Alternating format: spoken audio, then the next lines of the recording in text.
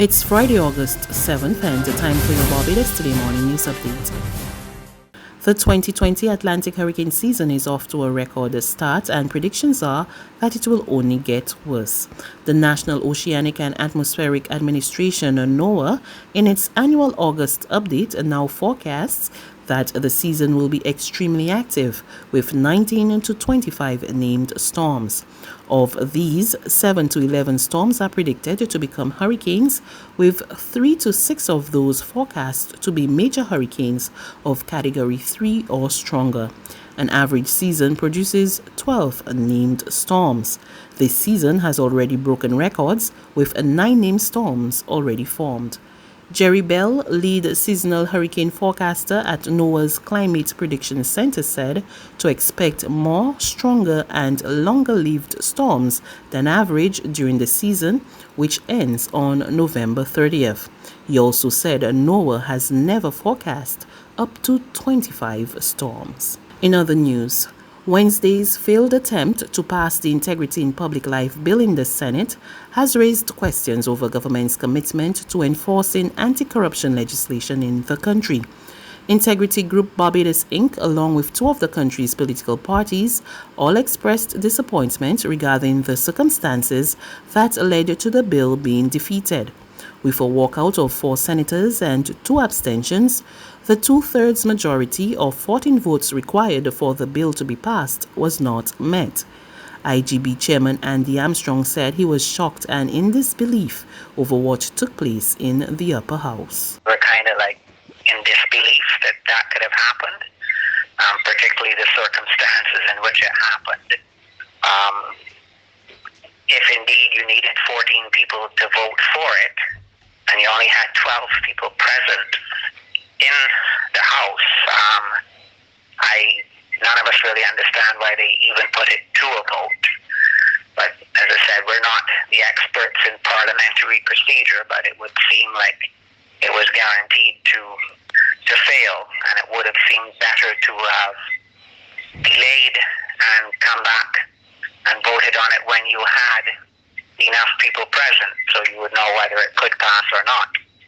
So, as I said, it really just disappointment, but also disbelief as well.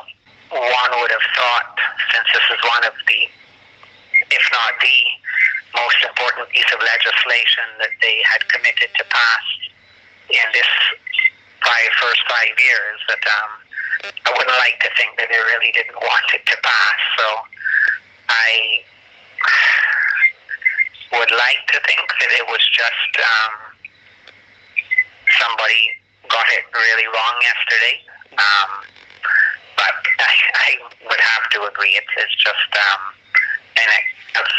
inexplicable, really. Meanwhile, President of the Democratic Labour Party, Vola de Pisa, expressed dismay in government's failure to pass the bill, while Chairman of the United Progressive Party, Everton Holligan, described Wednesday's events as a fiasco. Both parties said the move showed the government was not serious in passing anti-corruption legislation. The state-appointed police watchdog agency is calling for greater independence and more powers to probe public complaints against lawmen. Chairman of the Police Complaints Authority, retired High Court Judge Elnef Kentish, is also recommending a significant curtailing of the involvement of the Commissioner of Police in the investigation process. Barbados Today's Emmanuel Joseph reports. Addressing the issue of complaints against law enforcement officers in the 2019 Annual Police Complaints Authority report, a copy of which has been obtained by Barbados Today, Justice Kentish expressed a strong belief that the ability of the authority to summarily adjudicate complaints against police officers would engender greater confidence by the general public in the police force and speed up determination of cases. The authority chairperson emphasized the need for what she described as an independent and legitimate means of investigation to address the concerns of the general public with any grievances about police action or conduct. The retired High Court judge reasoned that an independent body could also help address any declining service standards in the force. She said the authority remains firm in the belief that an independent system, both perceived and real, can be a significant barrier to declining service standards at a period when service delivery, productivity, and police actions are constantly under scrutiny by the public at large. Justice Kentish argued that the authority's ability to deal summarily with some complaints would also lead to a reduction of the backlog of matters awaiting investigation by the Commissioner of Police.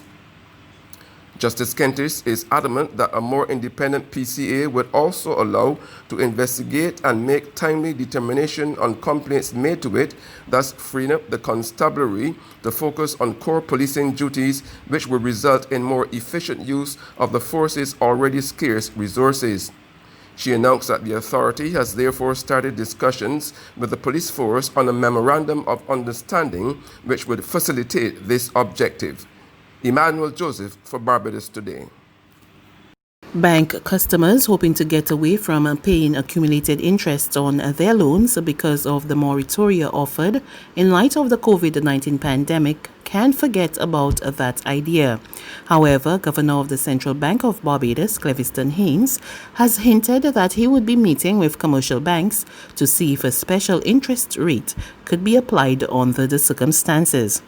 At the beginning of April, commercial banks announced that they were giving customers moratoria on outstanding credit, such as mortgages and loans. It was initially offered for 3 months, with some indicating a possible extension due to the ongoing effects of the pandemic. It is something that we will discuss with the banking system, but I think there has to be a sort of understanding of how the system works as we go forward. I don't think you can get a situation which would automatically say that there will be no additional interest as a result of the moratoria.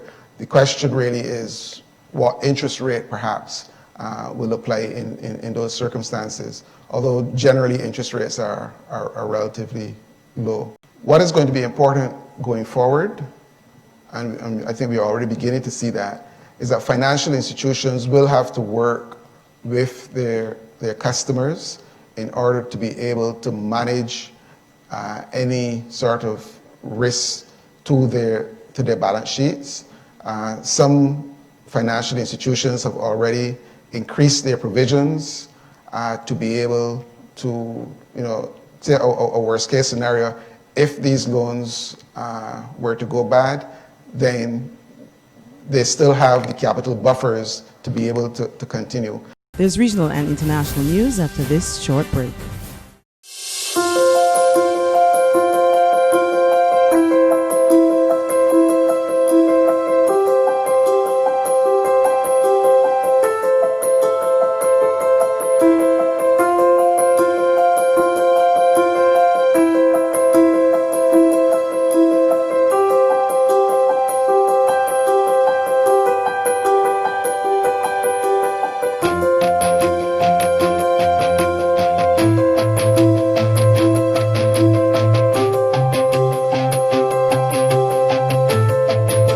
Barbados Today, news you can trust. To news from the region now, Guyana's former president, David Granger, has not ruled out his return to the National Assembly as opposition leader. Gordon Mosley of News Source Guyana has the story. In an interview with News Source this morning, the PNC Reform and APNU leader said discussions are still ongoing on the persons who will be heading to the National Assembly to take up the coalition's 31 seats. He said supporters can expect more women and more youths among the APNU AFC members of parliament. Questioned directly about his own return, the 75-year-old Granger said options have to be discussed. We have to discuss all options to ensure that the APNUFC is well led and is committed to achieving the objectives that we've set. My role as representative of the list is to ensure the selection of persons who can fulfill that program, the objectives of our manifesto. The former president has come under criticism from some members and supporters of the coalition who believe he should retire from active politics. following the coalition's loss at the disputed elections, which it has described as fraudulent failure. Mr. Granger said he remains a servant of the people when questioned about whether he would be open to serving as the leader of the opposition again. I am a servant of my party and of the APNU and of the coalition. And finally, U.S. President Donald Trump has signed an executive order to ban transactions with TikTok's parent company ByteDance beginning in 45 days. On Thursday night, the president also issued a follow-up executive order taking similar action to ban WeChat. The executive order states the U.S. must take aggressive action to protect national security. TikTok has denied accusations that it is controlled by or shares data with the Chinese government. That's news. But for the very latest, visit us at www.barbadostoday.bb. You can also subscribe to our e-paper, email updates, or like us on Facebook, and sign up for our breaking news alerts via WhatsApp. We're also on Izumi Media in bus terminals, as well as screenplay at supermarkets and gas stations near you. And you can also hear us on Mix 96.9 FM and Capital Media HD 99.3 FM.